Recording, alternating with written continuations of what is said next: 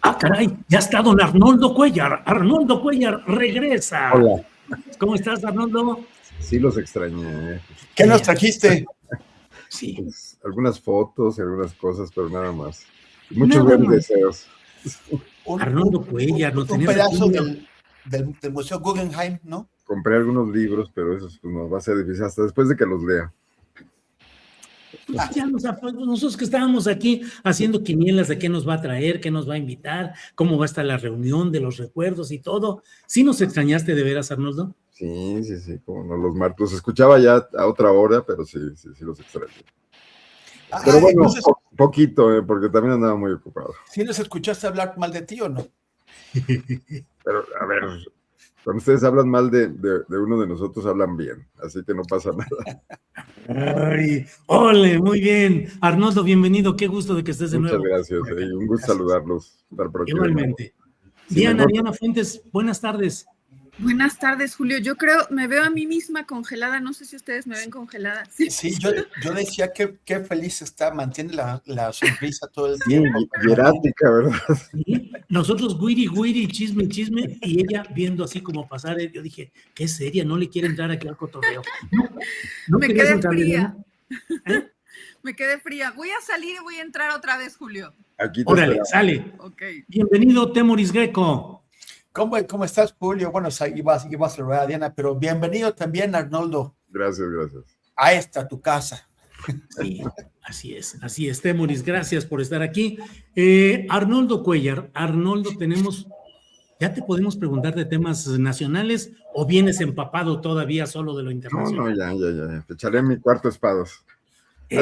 Además hay temas también bilaterales en la agenda.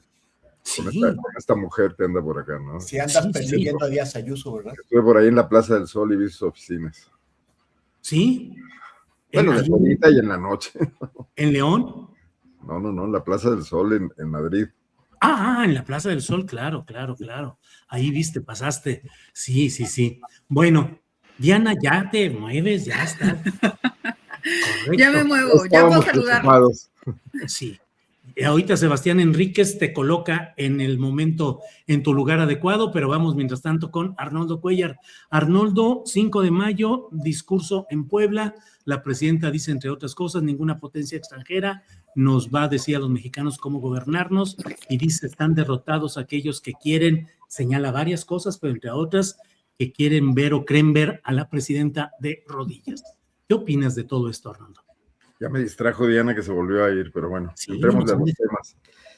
Mira, bueno, es un discurso pues en la mejor tradición de cierta cultura política mexicana. Yo recuerdo discursos como esos del PRIismo, y se echa mano de ellos pues precisamente cuando están aconteciendo este tipo de situaciones.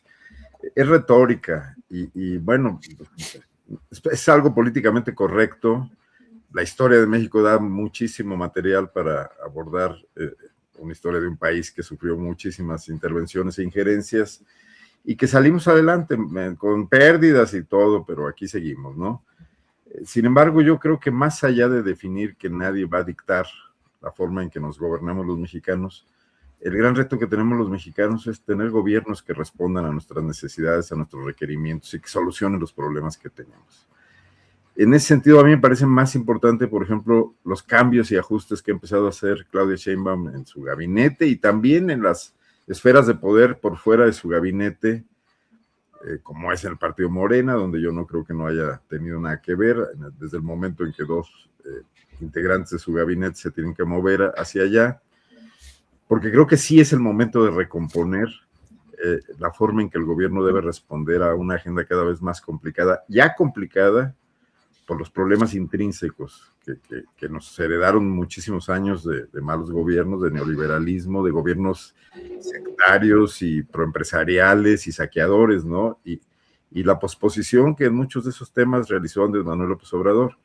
Entonces, yo creo que la mejor respuesta que podemos dar a cualquier intento de injerencismo y de polémicas, además banales, como las que viene a plantear Isabel Díaz Ayuso, es el tema de que los mexicanos estemos satisfechos con los gobiernos que tenemos, con la respuesta de los gobiernos, sabiendo que ninguno de ellos es perfecto, pero que por lo menos están atendiendo ciertos temas y ciertas urgencias como prioridad, ¿no? Dando respuestas coherentes y tomando decisiones razonables frente a lo que pasa con las vicisitudes que tiene la política y con las razones para que también se pueden llegar a entender de cuidar a un movimiento político, pero creo que en ese sentido es en lo que se tiene que avanzar mucho, y hoy vamos a tener tela de dónde cortar para hablar de cada uno de estos temas, ¿no? Por lo pronto ahí quiero quedar, no quiero pues, sacar la bandera y envolverme en el discurso de la presidenta, ¿no? Bien, Arnoldo, gracias. Diana Fuentes, ¿qué opinas del discurso de la presidenta de México? No está. Ya estaba. Yo la vi como Trae dicen broncas, los yo clásicos. creo. Bueno, Temoris Greco, ¿qué opinas del discurso, del tono, de la postura? Dice Arnoldo Cuellar, como en los tiempos priistas, la apelación al nacionalismo y al sentido patriótico, o no sé. ¿Qué opinas, Temoris? Pues a mí me parece que, a ver, si es cierto que la retórica sin praxis pues es vacía, es puro rollo, mucho rollo y poco pollo, como decían en mi escuela. La praxis sin retórica pues no se ve y no va a ningún lado y a veces pierde sentido. Incluso, por ejemplo, como dicen, cuando haces algo bueno, dice mi querido Arnoldo que hace falta gobernar bien, pero también hace falta cacarear el huevo. Y en situaciones como las que estamos viendo, también es importante hacer varias cosas que a mí me parece que la presidenta está haciendo efectivamente. O sea, está movilizando a sus propias bases, pero también está movilizando a aquellas personas en México que no necesariamente son morenistas o sheinbaumistas, pero que sí ven con alarma el injerencismo de Estados Unidos y sí entienden que estamos en una coyuntura histórica muy complicada, y entonces también los están movilizando a esos sectores y también están mandando mensajes hacia afuera, porque en las últimas semanas, último mes y medio quizás, o 2 meses, ha estado elevando el tono con el que generalmente había estado hablando frente a Donald Trump, que había sido bastante más mesurado. No es que se haya puesto beligerante, pero sí ha elevado el tono, porque está diciendo, no crean que nos vamos a dejar, no crean que por haberle estado hablando suavecito al Donald, nos vamos a dejar. Están viendo eso.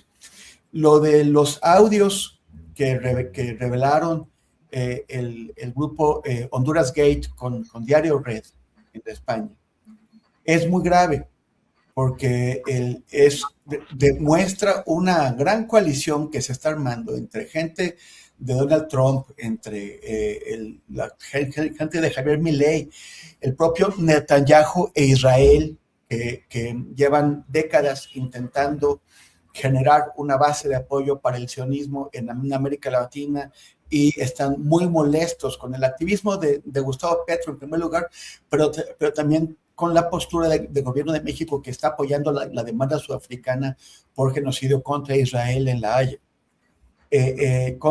Además, mezclándose con los patrones de la inteligencia artificial y con un narcotraficante convicto, perdonado por Donald Trump, pero convicto, condenado por un juez, como es Juan Orlando Hernández. Se están confabulando para tratar de lo que como él mismo dice, Hernández, erradicar el cáncer de la izquierda de América Latina, empezando por los gobiernos de México y de Colombia. Y eso es solamente uno de los movimientos que vemos, que además mencionan, no sabemos el nombre, a un gran amigo que tienen aquí en México, que uno puede sospechar por dónde va, por la gente que está patrocinando esas conferencias de acción política conservadora y Atlas Network aquí en México a través del Centro Ricardo Benjamín Salinas. Entonces, hay movimientos internacionales muy importantes, muy significativos, además en un contexto en el que se han roto las formas, donde se ha perdido todo el respeto por las formas, que como lo señaló el primer ministro de Canadá, Mike Carney, en Davos hace unos meses.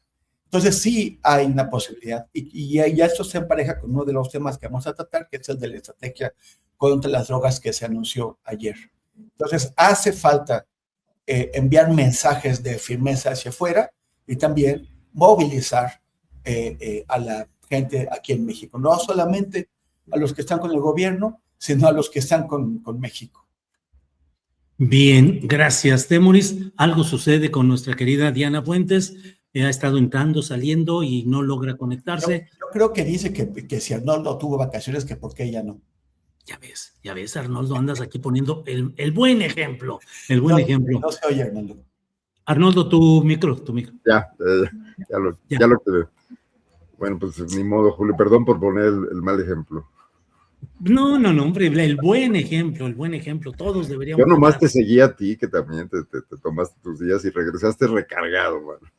Pues recargado, pero ya va uno así descargándose lentamente.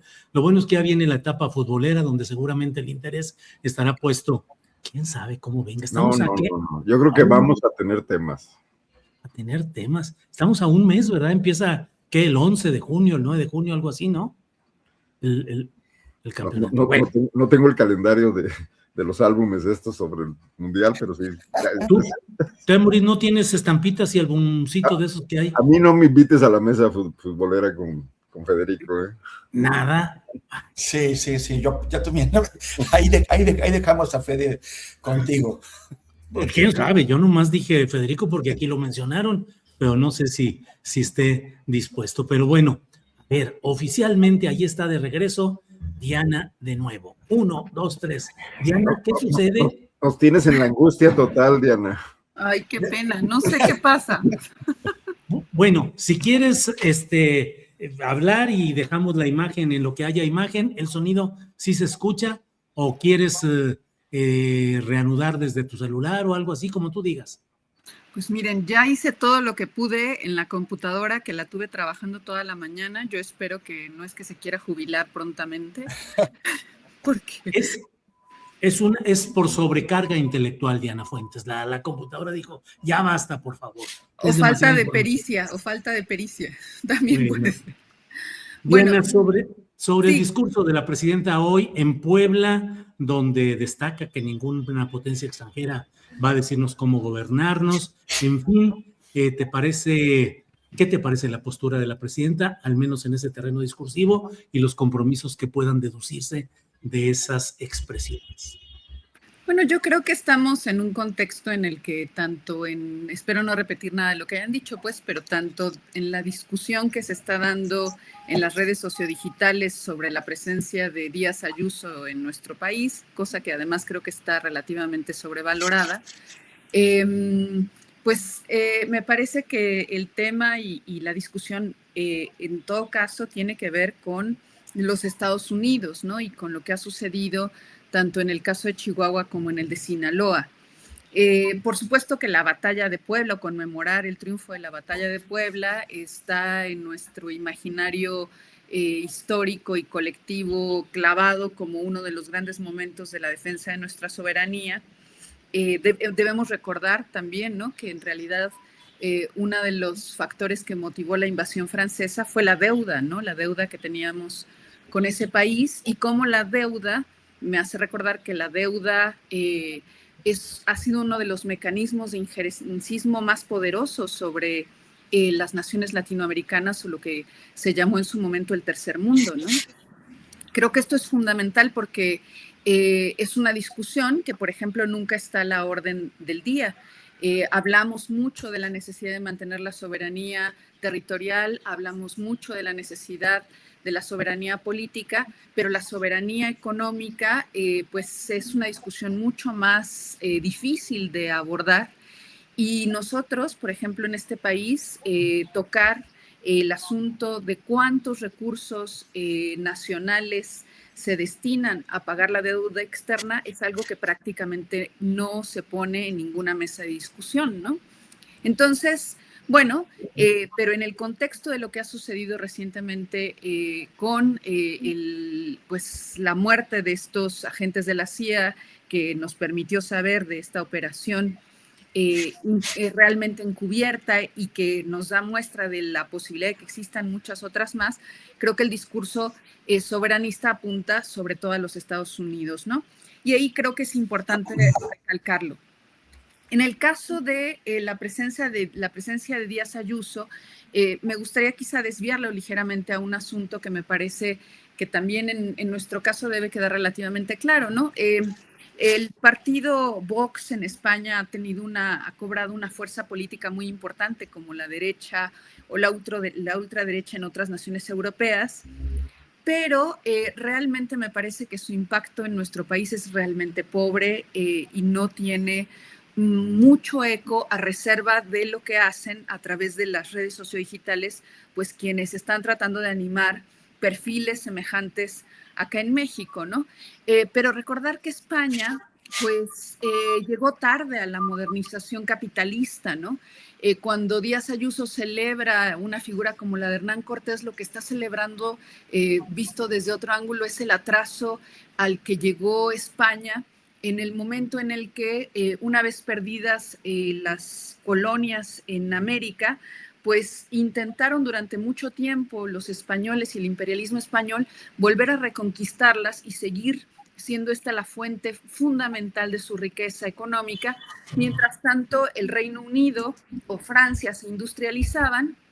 Y esa es la razón por la que España llega tan tarde al proceso de industrialización y por la que se volvió un país pues atrasado en relación al desarrollo de las fuerzas productivas adquirido por esas otras naciones, ¿no? Entonces, de otra manera, visto desde otro lugar, Díaz Ayuso lo que sigue celebrando es una España imperial que incluso en la carrera capitalista pues perdió hace mucho, mucho tiempo, y que entonces esa defensa de esa historia que ellos mismos intentan reconstruir es realmente ya absolutamente anacrónica. Pero además creo que en el caso de Ayuso, pues aquí no tiene mucho impacto realmente. Entonces, aunque en el discurso de la presidenta hoy en Puebla, pues se habla también, ¿no?, de este intento de activar esas derechas y estas figuras a través de una especie de reconversión histórica, de reconstitución de ese pasado que supuestamente habría sido glorioso, y me llamaba la atención que Díaz Ayuso incluso lo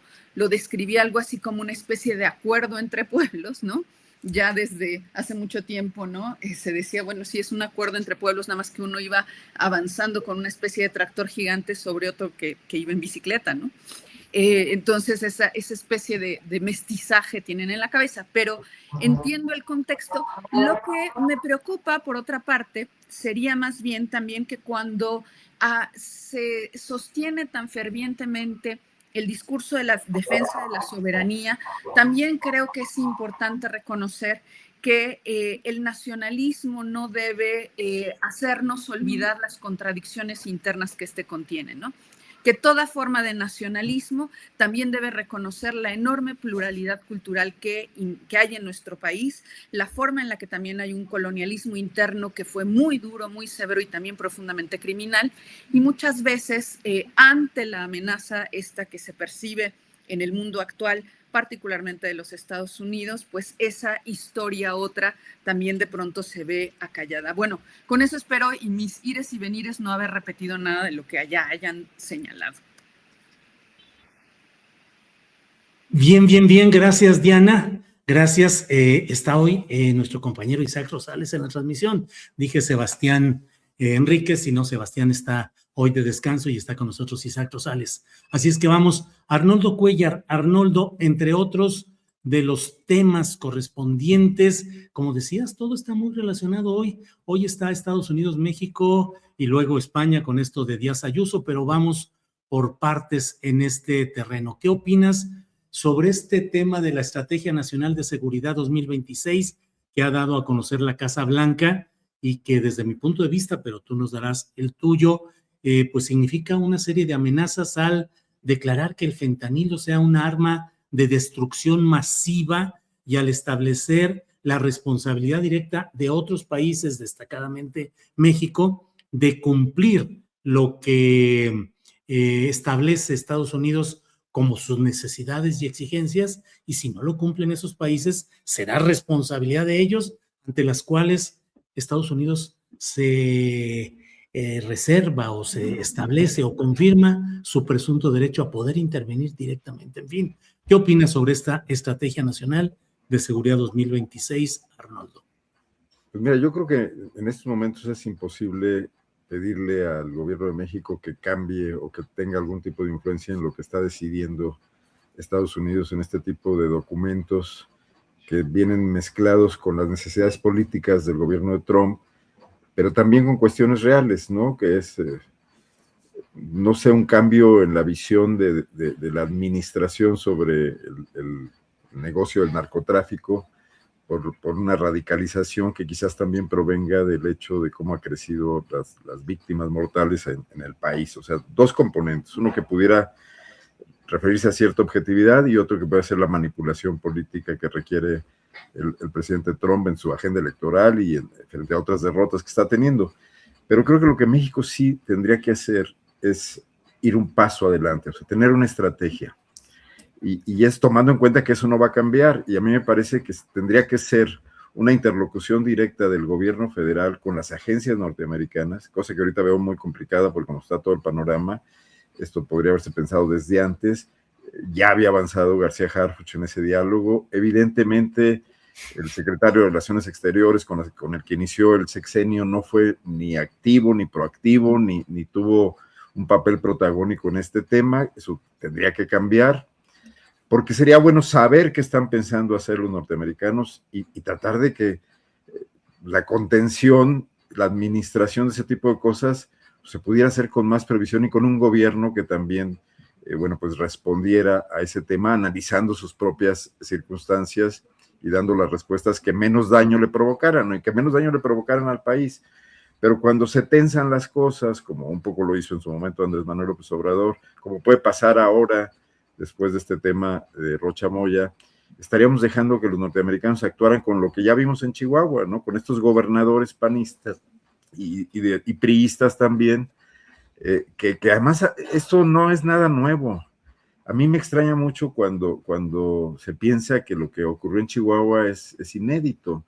O sea, la iniciativa Mérida de Calderón, el propio acuerdo bicentenario o entendimiento bicentenario de López Obrador, les daba muchas facultades. En Guanajuato vivimos durante más de una década, y que es todo el tiempo que fue fiscal y procurador Carlos Amarripa, una constante presencia de la diplomacia norteamericana y de agentes norteamericanos en la actuación del programa de seguridad y de la Procuración de Justicia en Guanajuato, ¿no? Pero entonces tendría que ser el gobierno federal el que se adelantara. Tendríamos que saber, seguramente lo hicieron cuando se realizó la operación contra el Mencho, ¿no? De lo cual no nos enteramos hasta el final. ¿Por qué no mantener esa práctica frente a una potencia que no podemos ni modificar nuestra vecindad, ni en la desigual relación que tenemos con ellos por la asimetría de poderes, de situaciones, etcétera, de recursos económicos, pues mover mucho ese tablero, ¿no? Entonces yo creo que es adelantarse, es tener esa previsión y generar una política que no esté nada más en la sobrereacción y en la atención coyuntural de las cosas y ir un poco detrás de las situaciones, ¿no?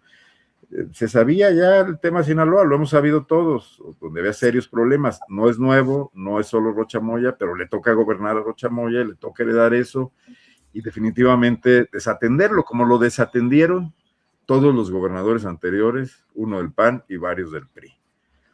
Pero bueno, eso es con lo que se topó hoy la presidencia cuando cambiaron las reglas del juego y llegó un presidente con las características de Trump, ¿no?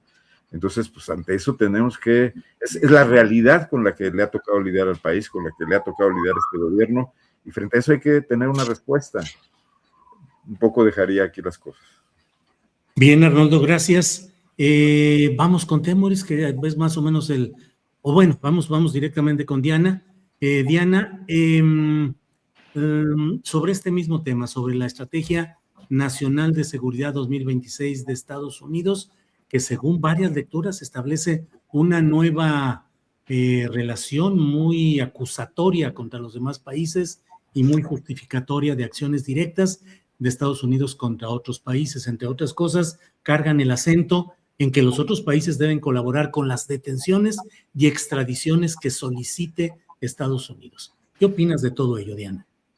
Bueno, creo que mucho se ha discutido sobre el modo en el que todo esto, desde que entró Donald Trump a la presidencia de los Estados Unidos, nos ha conducido a una expresión de un unilateralismo que pues ya hemos visto tiene un impacto enorme en la política internacional y que tiene, creo yo, una doble función, ¿no? Ya lo decía de alguna manera Arnoldo, el hecho de que la política de defensa nacional ha sido en realidad una estrategia también de Donald Trump, de acumulación de fuerza política o de un intento para sostener su legitimidad dentro de los Estados Unidos, una que sabemos que está muy mermada y que va cada vez en un mayor declive, pero que intenta reactivar algo que en la historia reciente o en la historia contemporánea de esa nación ha funcionado en no pocas ocasiones,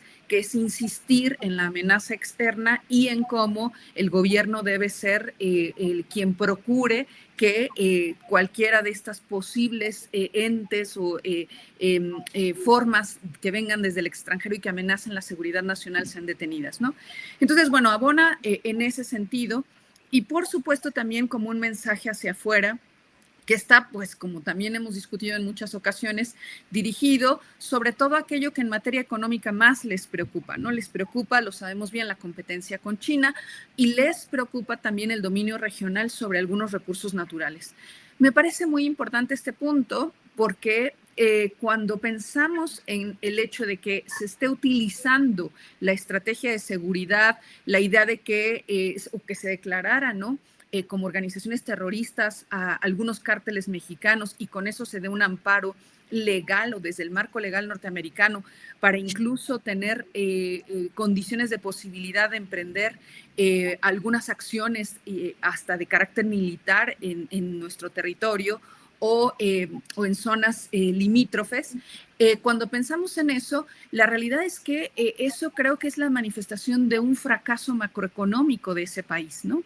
Porque cuando los Estados Unidos vuelven a la necesidad de que tienen que dominar los recursos naturales de la región, es porque en realidad en términos de producción han perdido ya la competencia con China, ¿no? Es decir, tienen que dominar el petróleo, tienen que dominar el gas, tienen que dominar la explotación de los metales, tienen que dominar, es decir, aquello que casi que se extrae de la tierra gracias a que poseen la tecnología y son dueños de la tecnología que permite hacerlo, pero digamos que en términos de una lógica de desarrollo económico, es la competencia con esas naciones que las está obligando a ellos. Sabemos bien entonces que cuando se habla de seguridad nacional en los Estados Unidos, se está utilizando esto como una estrategia que intenta en realidad que esto sirva como avanzada para aquello que es en realidad la lógica detrás, la lógica que impulsa, ¿no? El interés económico que les mueve.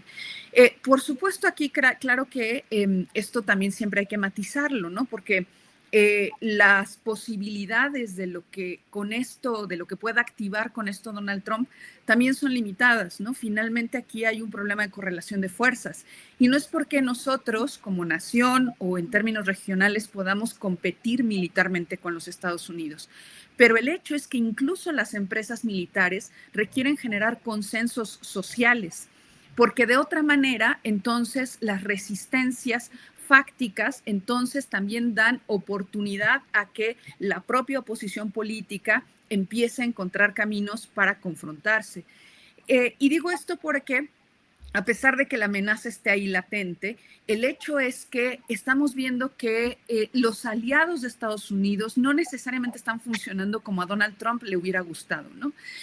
La alianza con el Estado de Israel le está costando muy alta y los beneficios inmediatos y económicos no son tampoco muy claros. Lo que ha sucedido en Irán es otra manifestación muy fuerte de ello. E incluso, ¿no? Aquellos aliados ideológicos políticos que podrían haberse visto como una especie de bloque homogéneo, empiezan a resquebrajarse. Es una derecha que empieza a mostrar vacíos, ¿no? El caso de Giorgia Meloni por un lado, tenemos también lo que ha sucedido con el gobierno de Hungría, ¿no?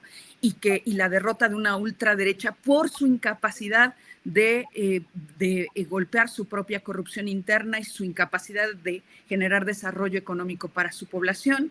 Entonces, digamos que creo que ahí se van mostrando oquedades y que el camino que deciden tomar los líderes políticos que acompañan a Donald Trump es el de la coerción, el de la fuerza, el de la presión, el de la amenaza. Y ese es el entorno de la estrategia de defensa nacional. Por supuesto, esto los hace muy peligrosos, los convierte en una amenaza que en cualquier momento pueden tomar decisiones muy fuertes, muy severas. La derrota parcial, y digo parcial porque el costo humano es muy alto, sufrida en Irán, pues les hace voltear a nuestro país, les hace voltear a Cuba, les hace voltear a nuestra región, y eso, por supuesto, de corto plazo puede ser un espacio muy que nos vuelva vulnerables frente a ello, ¿no?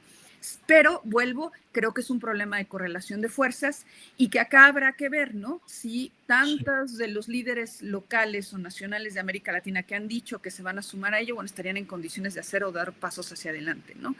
Entonces, bueno, ese sería como el marco en el que creo que hay que pensar. Muy bien, Diana, gracias. Temoris Greco, ¿cómo ves esta nueva normatividad gringa relacionada con su visión de lo que debe ser la seguridad? Y a mí me parece en un tono amenazante en varios términos respecto a países como México. Temoris. Tu micro. O sea, yo creo que eso es lo que está viendo Claudia Sheinbaum al momento de hablar en este tono en Puebla. Lo de Díaz Ayuso, pues es realmente un pretexto. Sobre todo está viendo este documento que es cada vez más incredencista. Hacen un desastre con los conceptos, ¿no? O sea, tratar a grupos criminales como terroristas, hablar del fentanilo como un arma de destrucción masiva. Se crean los conceptos para aplicarlos en determinados casos porque así funcionan mejor, no porque a alguien de pronto se le antoje cambiarlos y moverlos y hacer lo que sea. Pero efectivamente, el tratarlo como terrorismo o como armas de destrucción masiva sirve para justificar invasiones o intervenciones, aunque sean inventos, como en el caso ya muy conocido de Irak. Entonces, el que la CIA esté metida al tema de las drogas, pues se justifica porque ahora ya son terroristas, según ellos. Y de esa forma también, si algún día se meten aquí a hacer algo como, por ejemplo, secuestrar a Rocha Moya, que vaya situación en la que nos vamos a ver teniendo que defender a Rocha Moya, pero se justifica con esta manipulación, con ese manoseo de los conceptos. Están endureciendo el tono, pero la pregunta, o sea, como ya adelantó un poquito Diana, es ¿qué pasa en Irán? El desastre que metió Estados Unidos, Trump, con el tema de Irán, va directamente contra la línea de flotación de la credibilidad de Estados Unidos como poder militar. Entonces, tenemos que preguntarnos a dónde conduce esto. Conduce a que adentro del gobierno de Estados Unidos, los grupos de poder en Estados Unidos, digan, evitemos que Trump siga metiendo a Estados Unidos en problemas, generándoles dificultades con sus aliados, peleándose con sus aliados, enfrentándose con ellos, en este caso con México, que finalmente funcionamos como aliado de Estados Unidos. O al revés, que trate de distraer la atención, que para eso es un maestro Donald Trump, tratando de rescatar en Estados Unidos lo que perdió, de rescatar en México, de recuperar en México lo que perdió en Irán. Y eso nos puede afectar también, incluso si lo quiere hacer en Cuba, ¿no? Si quiere tratar de intervenir todavía más en Cuba, que ya es muy grave lo que está haciendo, para tratar de decir, ya ven, sí, soy un ganador, aunque todo el mundo, aunque sabemos que es un perdedor, un loser, como lo bautizaron los juguetes Lego de los iraníes. Entonces, pues esos son riesgos que estamos teniendo enfrente y me parece que a eso también responde el que eleve el tono Claudia Sheinbaum. Ahora, respondiendo a algo un pequeño debate que hubo en nuestro chat. Isabel Díaz Ayuso es dirigente del ala, digamos, radical del Partido Popular. Jamás ha estado en el Partido Socialista, no tiene nada que ver, es enemiga de los socialistas. Y más bien también es rival interna de Alberto Núñez Feijóo, que es el líder del PP. Ella en su idea de que para evitar el crecimiento de Vox, pues hay que quitarle banderas a Vox, y también a eso responde su visita a México, para después de que el Partido Socialista o el gobierno ha cedido un poquito en cuanto a la polémica sobre si hay que pedir disculpas o no, pues ella viene como a rescatar el honor perdido de España, diciéndonos a los mexicanos que tenemos que estar orgullosos de ellos. Acabo de ver un video en el que dice que está muy orgullosa de que en Madrid, en el metro y por ahí hay un montón de malinches. Marina, la malinche, fue una mujer que fue esclavizada, fue vendida, fue entregada a los españoles, que además de violarla sexualmente se le estuvieron rolando entre ellos, y pues bueno, pues es lo que Isabel Díaz Ayuso viene a México a decir, que ve muchas malinches en el metro en España, malinches que ella espera que limpien, dice que es la casa de todos. Para ella, unas son las que limpian la casa y otros quienes la disfrutan.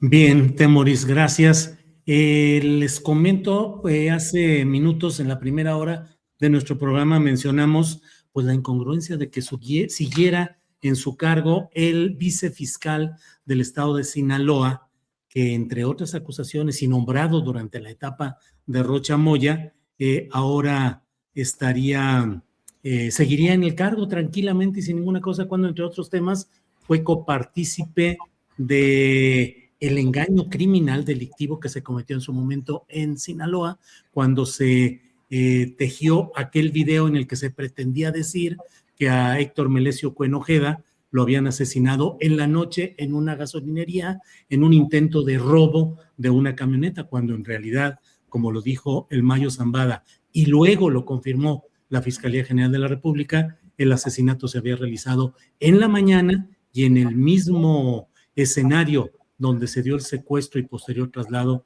del Mayo Zambada. Bueno, ahí seguía Dámaso Castro Saavedra, a pesar de todo, tranquilito, vicefiscal, pero ya hoy la fiscal, la titular de la Fiscalía, Claudia Zulema Sánchez Condo, ha dicho que sabe que ya el vicefiscal analiza la posibilidad de separarse del cargo. Analiza. Sí. Él ahorita continúa activo, sin embargo, analiza la posibilidad de una separación en lo que la investigación continúe su curso para atender el debido proceso. Arnoldo Cuellar, ¿sigue el rochismo sin Rocha Moya? La actual gobernadora interina fue su secretaria general, acaba de nombrar como secretario general a su vez a otro que viene de la misma escalerita de cargos de Rocha Moya, y el que estaba más abajo entra en el lugar del que va la Secretaría General de Gobierno. Es decir, pareciera que queda un rochismo sin Rocha Moya, lo cual me lleva a preguntar, Arnoldo Cuellar, ¿no se estará aprendiendo de lo sucedido en Sinaloa y se pretenderá que el paso del tiempo anule todo y seguir más o menos igual, Arnoldo? Bueno, pero resultaría muy complicado con la cantidad de violencia que se está viviendo. Yo te diría que hoy, para todos los efectos, el gobernador o el procónsul de Sinaloa es Omar García Harfuch, que ya rápidamente fue a ver a la gobernadora, pues para decirle de qué se trata el numerito, ¿no? Están patrullando las ciudades, las fuerzas federales, y yo creo que el gobierno de Sinaloa estaba ya desmantelado desde la crisis que originó todo esto, desde que se metió en el escándalo Rocha Moya con el secuestro del Mayo y con su muy articulada ausencia en esa reunión en la que fue usado como pretexto para atraer al Mayo, y el asesinato del exrector de Melesio Cuen, ¿no? Sí. Yo creo que, me imagino que como en muchos estados del país, Sinaloa es una sociedad cuya economía, cuyo tema laboral, muchas de estas cuestiones casi se generan en un autogobierno, y que ahí tuvieron mucho que ver también la economía narca, y que los gobiernos son medio de adorno, y que por ahí han pasado personajes que no tomaban mayores decisiones que administraron el presupuesto público para su beneficio, que por ejemplo también por eso creció el poder que ejerce la Universidad Autónoma de Sinaloa y que generó hasta un partido político, y que en estas disputas es donde se incuba mucho lo que hoy vemos como consecuencias, digo, periféricamente, porque bueno, el poder del narco estaba ahí desde antes, ¿no? Entonces, algo muy serio tendría que pasar. Leo, por ejemplo, al director de Noroeste, a Adrián López, que escribió en El País un largo artículo, que además es un recuento histórico muy interesante, porque establece cómo todos los gobernadores tuvieron pues esta o dependencia o cohabitación, no omisión, porque de alguna manera, bueno, la frase que cita de la Bastida, de la cual yo ya no me acordaba y que es genial, cuando se enteró que sus altos mandos policíacos habían sido detenidos junto con Félix Gallardo en Guadalajara, y dijo, me informaron mal. Sí. Bueno, y hoy está saliendo en los medios de comunicación a decir que en su momento él combatió al narco. Bueno. Sí, un gran cinismo, sí. Yo también veo a la Bastida, además citado en la propia mañanera por la presidenta como fuente de referencia. En fin, Arnoldo, adelante, perdón. Pero, a ver, alguna vez hemos hablado aquí, si ya tanto le han copiado al presidencialismo priista, la Cuarta Transformación y Morena, pues también tendrían que copiarle el mecanismo de gobernabilidad fáctica que permitía intervenir en un estado cuando había una quiebra general, una virtual desaparición de poderes. Y en esos casos lo que ocurría, Salinas fue el rey de las intervenciones en los estados, pero todos los gobiernos lo hicieron, ¿no? Voy a volver a guanajuatizar, aunque se quejen en el chat. Aquí Bartlett y Miguel de la Madrid quitaron a un gobernador, Velasco Ibarra, para mandar a un presidente de la corte, expresidente Agustín Telles Cruces, en esos especie de golpes de estado, ¿no? Pero lo que no pasaba era que dejaras a alguien del mismo grupo que había provocado la crisis, porque a ver, digo, vas a una empresa, la intervienes, corres al presidente de la empresa que hizo las cosas mal y dejas al subgerente que seguramente la seguirá haciendo mal, porque además tiene incluso un nivel pues de menor visión o de menor nivel político que quien había hecho el desorden. Cuando se trataría de restablecer ahí una mínima gobernabilidad que coadyuve con el esfuerzo del gobierno federal para tratar pues, de contener lo que está pasando y de tener una interlocución con la población. Digo, a veces se nos olvida que es la gente común y corriente la que está padeciendo las consecuencias de esta ola de violencia. Una Sinaloa donde los pactos entre políticos y narcos habían mantenido una paz. Eso está muy revisado y muy hablado por los propios sinaloenses, desde las novelas hasta los trabajos periodísticos, ¿no? Y que ahora sufren violencia, feminicidios, desapariciones, robo de autos. Bueno, pues a esa gente es a la que habría que atender, y creo que no lo va a poder hacer pues, la secretaria de gobierno de Rocha Moya y los funcionarios estos, varios de ellos, digo, los 10 nombres señalados por esta acusación, pues son, me imagino que son una parte importantísima de la estructura de gobierno, un alcalde también, ¿no? Entonces, me parece que está a medias la intervención, que no está solucionando nada, y que ese ganar tiempo lo que va a comprar es pues un mayor dramatismo en las consecuencias. Bien, Arnoldo, gracias. Diana, ¿qué ver, qué pensar en todo este contexto respecto a rochismo sin Rocha Moya? Y Diana, aprovecho porque muchas veces hemos hablado aquí de cómo las izquierdas en Latinoamérica han sido capaces de combatir retórica, mediáticamente, las fallas o los errores que tienen y tratar de encubrirlos sin darse cuenta de que a mediano plazo constituyen hechos que van minando su fuerza electoral e incluso su credibilidad.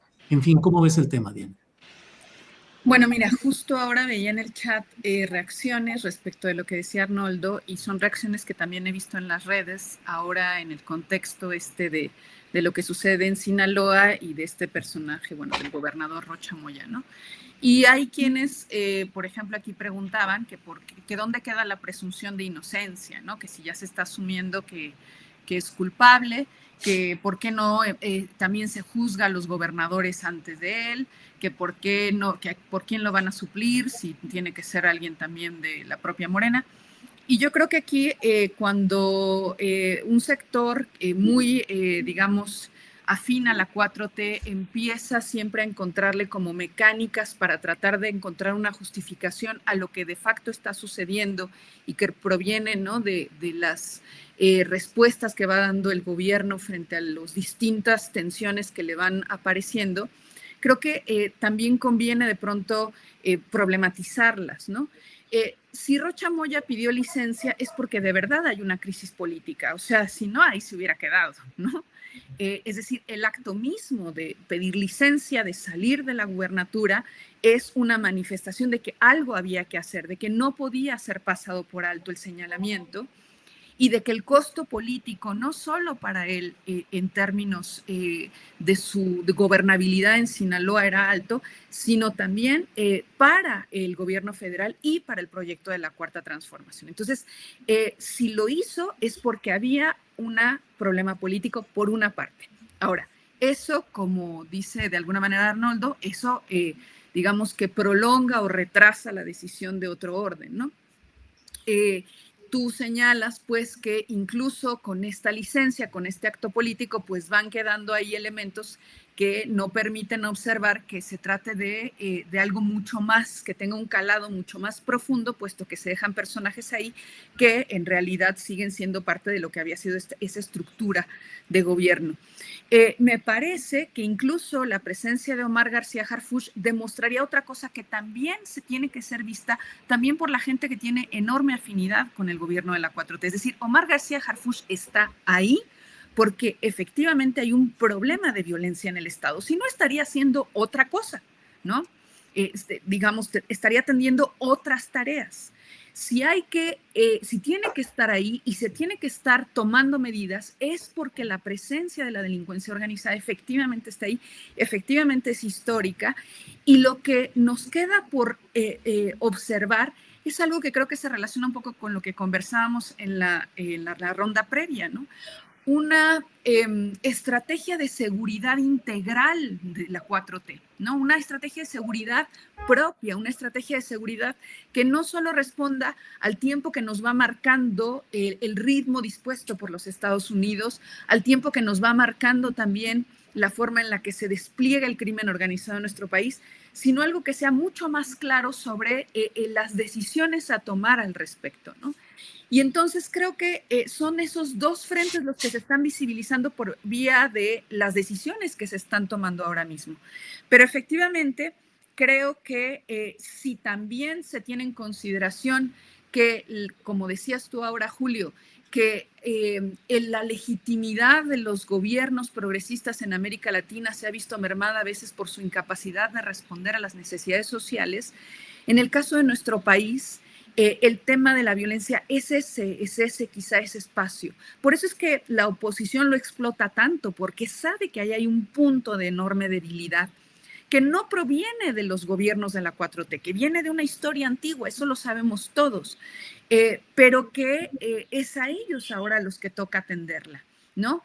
Entendiendo, por supuesto, que no se resuelve con facilidad, entendiendo que se trata de una estructura criminal que tiene una enorme capacidad de movilizar recursos, que tiene una enorme capacidad también de comprar estructuras completas, tanto en la policía como en las instituciones gubernamentales en las que ejercen justicia. Eso lo sabemos y por eso cabe recordar, ¿no?, también a muchos de nuestros escuchas que por eso también se propició la famosa reforma judicial, porque entendíamos que había que transformar esas estructuras. Entonces creo que no hay que ser concesivos con lo que está pasando en Sinaloa, sino que al revés hay que decir, bueno, si se dio este paso es porque aquí hay una crisis política y entonces debemos exigir que se esté a la altura de esto y que no sea por la vía de un gobernador sobre el cual efectivamente yo no sé si hay elementos suficientes o no para fincarle responsabilidades. Eso efectivamente toca a las autoridades competentes, pero el hecho es que no por la vía de un gobernador y de una serie de funcionarios menores vamos también a dar más elementos para que los Estados Unidos insistan en que tienen que tener alguna competencia en nuestro país. Creo que la decisión es política y la decisión, por otro lado, tiene que ver con que sí tiene que ser más clara la estrategia nacional de seguridad, ¿no?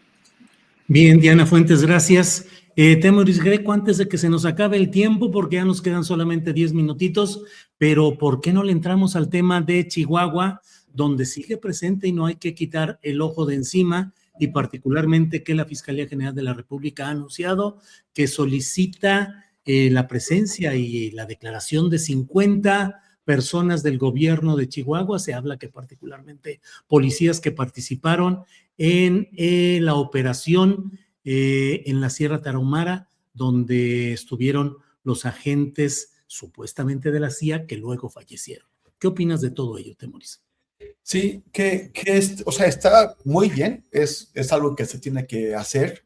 Yo me pregunto cuántos de esos agentes realmente tendrán la información completa y cuántos podrán establecer si existe algún vínculo entre la Agencia Estatal de Investigación a la cual pertenecen y la gobernadora Maru Campos, porque ella, como sabemos, le está echando la culpa al muerto, al jefe de la agencia estatal que murió en el accidente, y se está lavando las manos, así como sea, pues tampoco se enteró, ya pues, muy a la moda, ¿no? Calderón no supo nada de García Luna, Adán Augusto no supo nada de lo que hacía Bárcena en Tabasco con la barredora, y pues bueno, pues tampoco la gobernadora sabía lo que hacía, nadie sabe nada en ese país.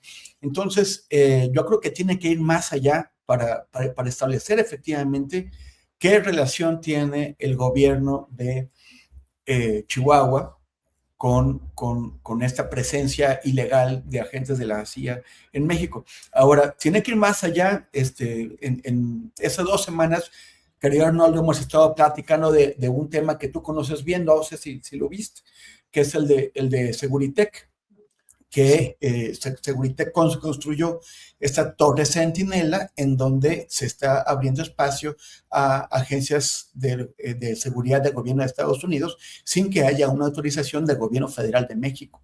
Entonces, o sea, ¿por qué se está haciendo eso? Tiene que ser parte de la investigación. Ahora, ¿qué más ocurre en otros estados? ¿Es nada más Chihuahua, donde gobiernos estatales se ponen de acuerdo con agencias extranjeras para permitir el ingreso y la participación de esos agentes en operativos de seguridad? O sea, yo creo que eso tiene que ir bastante más allá.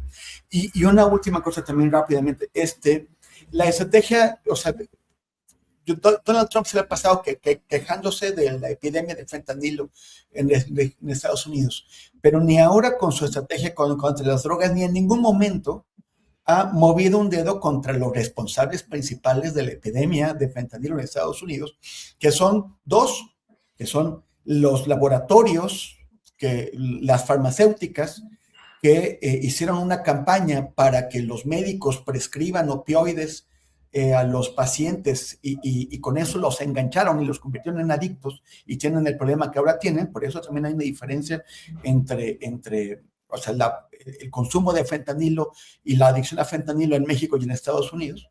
O sea, y eso está documentadísimo, ya hay documentales, ya hay todo. Y también el Departamento de Salud de Estados Unidos, que no emitió las normativas para impedir este abuso de las prescripciones que se hizo. No hay una palabra sobre esto en la estrategia contra las drogas que se anunció ayer, y me metí por curiosidad al Departamento de Salud a ver qué estaba pasando, y justamente pues su titular, que es un maniático que no sabe absolutamente nada de medicina, de ciencia, nada, pero lo primero poniéndolo al frente de eso, que es Robert F. Kennedy Jr. ¿Quién diablos se pone Jr.? Se presenta como Jr., pero en fin, que sí habló de buscar la contraprescripción, no sé cómo se dice en español, pero es la prescripción, que es, pero de antidepresivos, no de opioides. Están preocupados porque todo el mundo en Estados Unidos se está volviendo dependiente de los antidepresivos, pero no están tocando el fondo de la crisis de fentanilo, que son o sea, que deberían meter a la cárcel a todos esos ejecutivos de las farmacéuticas que propiciaron una crisis, una epidemia de fentanilo. Van a pelearse con nosotros, con los chinos, con los indios, pero no con los responsables, que son los de las farmacéuticas y los funcionarios del Departamento de Salud. Bien, gracias, Temoris. Arnoldo Cuellar, sobre el tema Chihuahua y demás señalamientos. Por cierto, déjame nada más decir lo que acaba de publicarse respecto a la postura de Maru Campos, la gobernadora panista de Chihuahua, que dice: a uno se le critica por desmantelar un laboratorio y a otro se le defiende a capa y espada, según la nota publicada en el Heraldo de Chihuahua de la OEM, que tenemos aquí. A ver la nota, ¿qué es lo que dice? Vamos avanzando.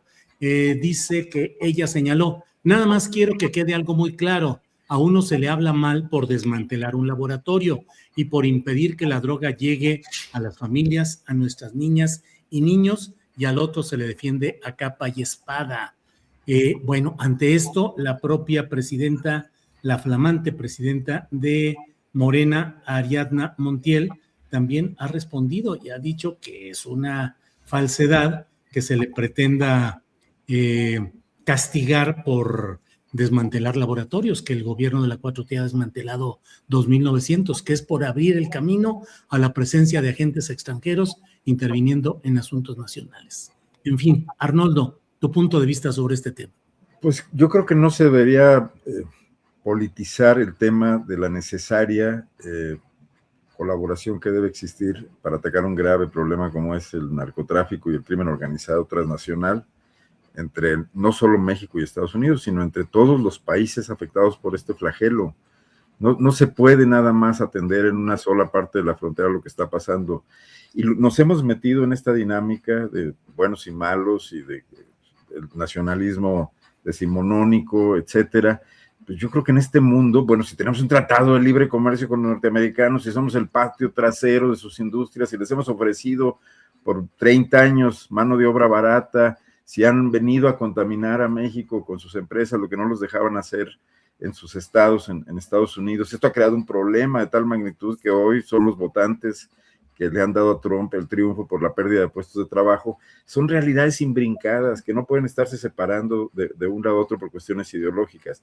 Lo que sí tendría que pasar es que el gobierno federal tuviera perfecto conocimiento del movimiento de estos agentes. Yo creo que la bronca, más que con Campos, debería ser con el embajador, ¿no? Si, pues avísame lo que estás haciendo, estamos colaborando. No podemos ir solamente a litigar en cortes norteamericanas el tema del freno a la venta de armas de Estados Unidos hacia México, sino que también hay que hacerlo por otras vías, por las vías políticas. O sea, mientras no veamos ese asunto globalmente, como lo tendría que ver España con Marruecos o Alemania con Turquía, bueno, pues es un asunto de objetividad, de analizar datos, de dónde se están originando los flujos de recursos, de dónde vienen los flujos de las drogas, las de las armas,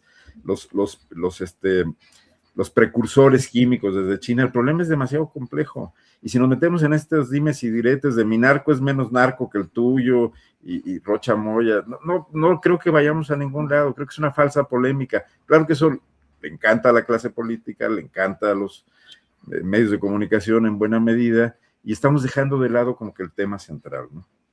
Bien. Gracias, Arnoldo. Sobre el tema, Diana Fuentes, ¿qué opinas? Yo creo que no hay que perder de vista que se trataba de agentes de la CIA, o sea, es decir, y que una cosa, por supuesto, es que haya una colaboración con los Estados Unidos, que de hecho la hay. En 2025 y en 2026 ha habido colaboración para entrenamiento, para ciertas, es decir, y esa se puede estar rastrear y es información relativamente pública.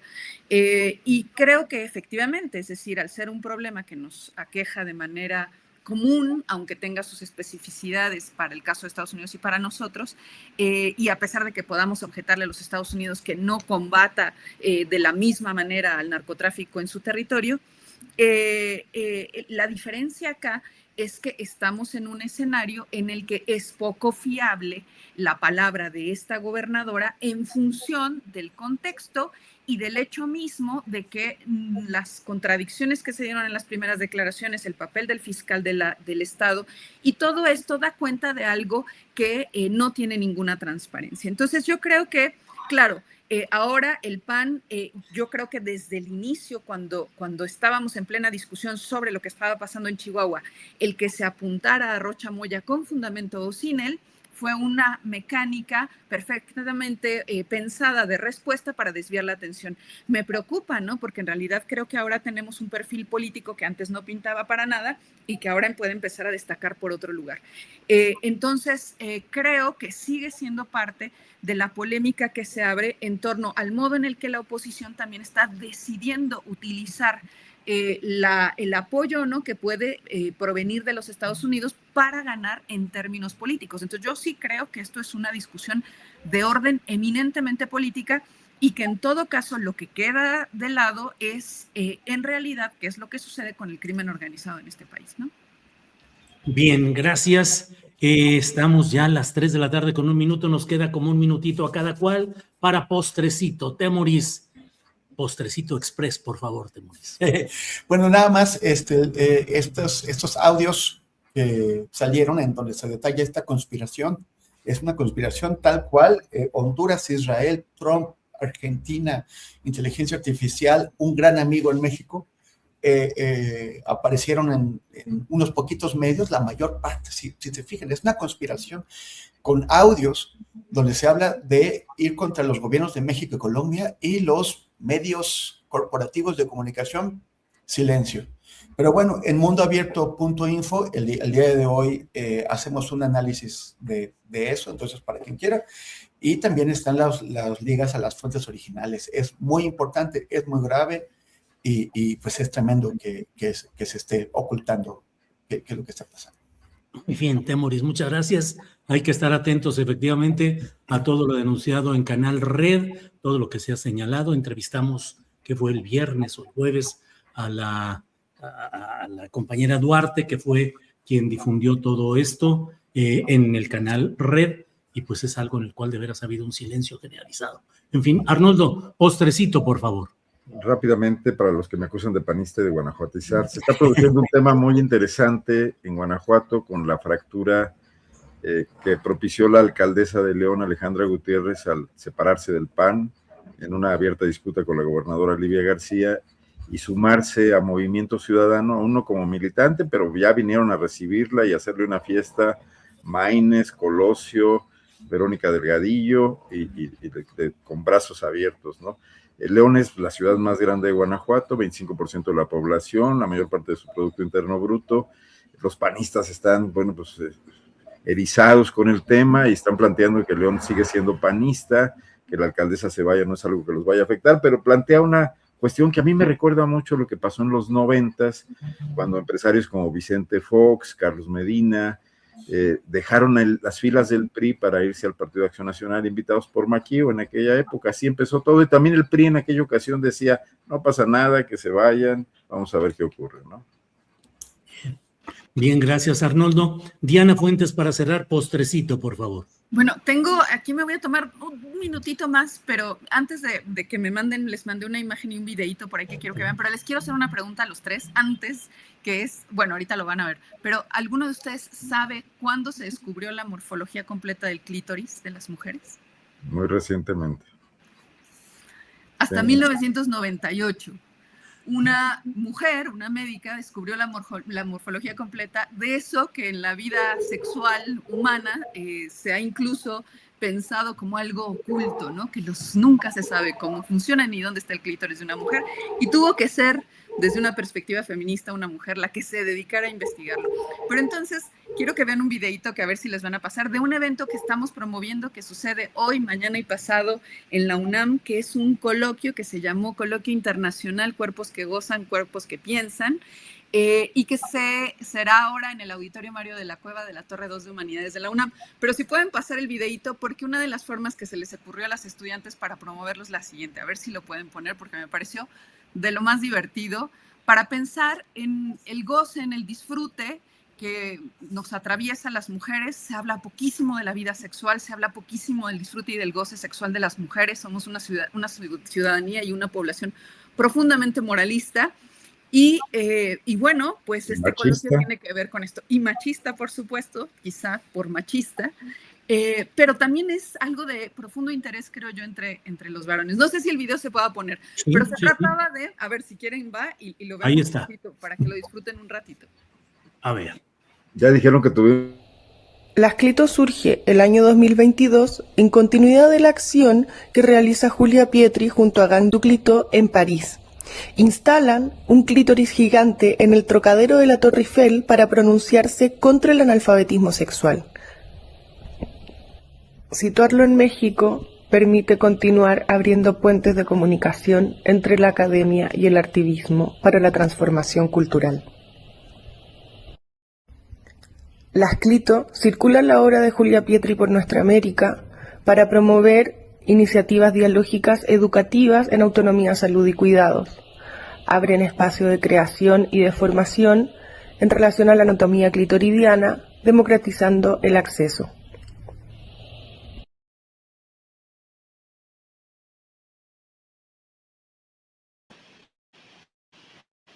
Genial. Muy bien, qué bueno. Viajó por todo CEU. Esa es la morfología completa. El clítoris es un clítoris gigante que viajó por CEU, y nada más decir que hoy es cumpleaños de Marx y cumpleaños de mi pequeña hija Camila.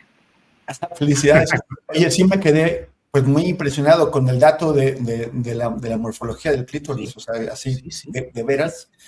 De verdad. Ha sido durante tanto tiempo. A ver, la medicina ha estudiado más el tema de la impotencia masculina que, por ejemplo, el tema de la menstruación o que el tema pues, de la cuestión hormonal femenina. La cantidad de millones de pesos invertidos por la industria farmacéutica, eso es brutal.